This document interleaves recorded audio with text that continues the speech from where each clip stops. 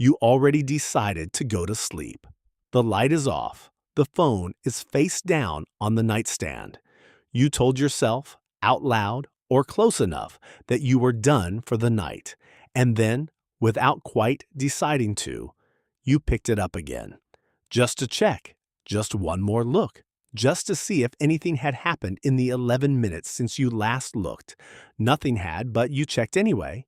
And then again, most people explain this to themselves as a failure of willpower, a weakness, a habit they should be able to break if they were more disciplined, more intentional, more like the version of themselves they imagine being. They feel mild shame about it and resolve to do better tomorrow. And tomorrow they do the exact same thing, and the shame accumulates quietly alongside the behavior.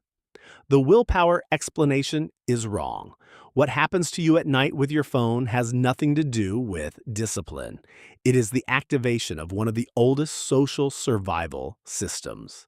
In the human nervous system, a system that was keeping your ancestors alive, long before there was anything to keep you awake, running perfectly, doing precisely what it was built to do. In the presence of a device it was never built to encounter. In 2017, researchers at Duke University published a study tracking the sleep patterns of 32 members of the Hadza, a hunter-gatherer community in Tanzania whose lifestyle most closely approximates the conditions in which human sleep evolved. Over the course of the study, they recorded 220 nights of sleep data across the group. In those 220 nights, there were exactly 18 minutes, during which every member of the group was in deep sleep simultaneously. 18 minutes for the rest of every night, virtually all of the time. At least one person in the group was awake or in light sleep. The researchers found that the variation in sleep timing between group members was not random. It was patterned. Early sleepers and late sleepers, light sleepers and deep sleepers, distributed across the group in a configuration that ensured near continuous coverage of the night. Not by coordination or agreement, by biology. The researchers called this the sentinel hypothesis. Human sleep, they argued, did not evolve as a uniform nightly shutdown. It evolved as a distributed group system with individual variation in sleep timing and depth, functioning as a collective defense mechanism, ensuring that the group was never fully unconscious, never fully vulnerable, never entirely unmonitored through the long hours of darkness. Someone was always awake, not because they chose to be, because they were built that way. You may be one of those people. The nervous system does not distinguish between being the night sentinel for a Hadza camp and being the last person awake in a house in a modern city. It does not update its priors based on deadbolts and motion sensors and the structural security of contemporary housing.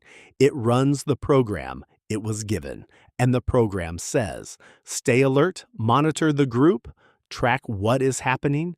Do not fully surrender consciousness until you are certain the others can cover it.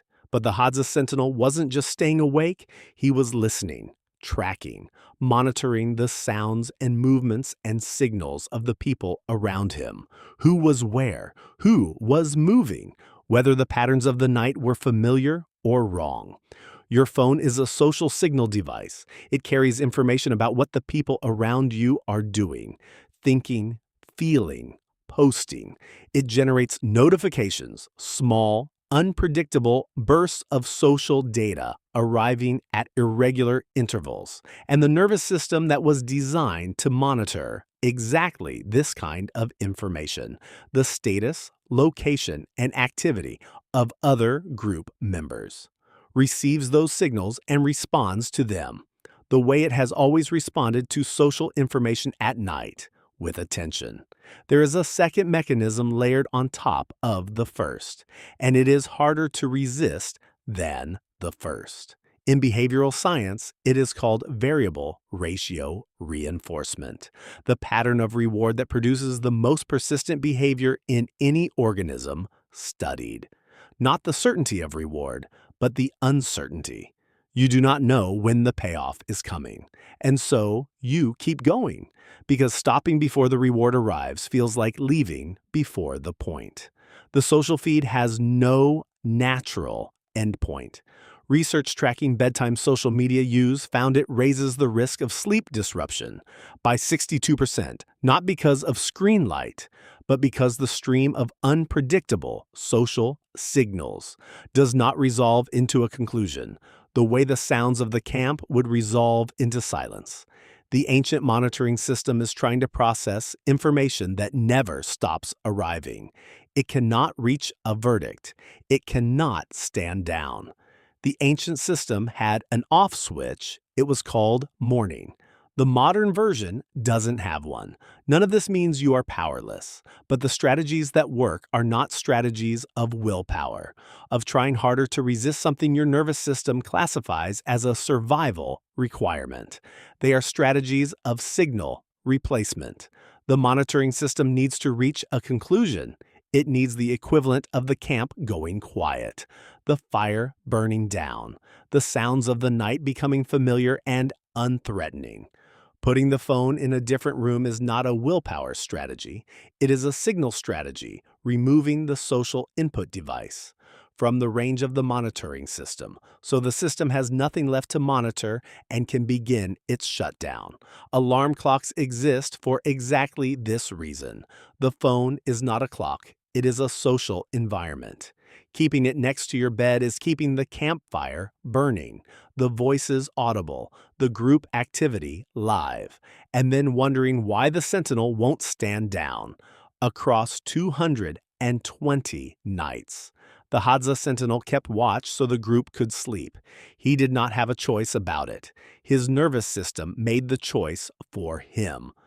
The same nervous system you inherited running the same program in a world it was not designed for, monitoring a social feed that never goes quiet, and a group that never fully settles, and a stream of signals that has no natural end.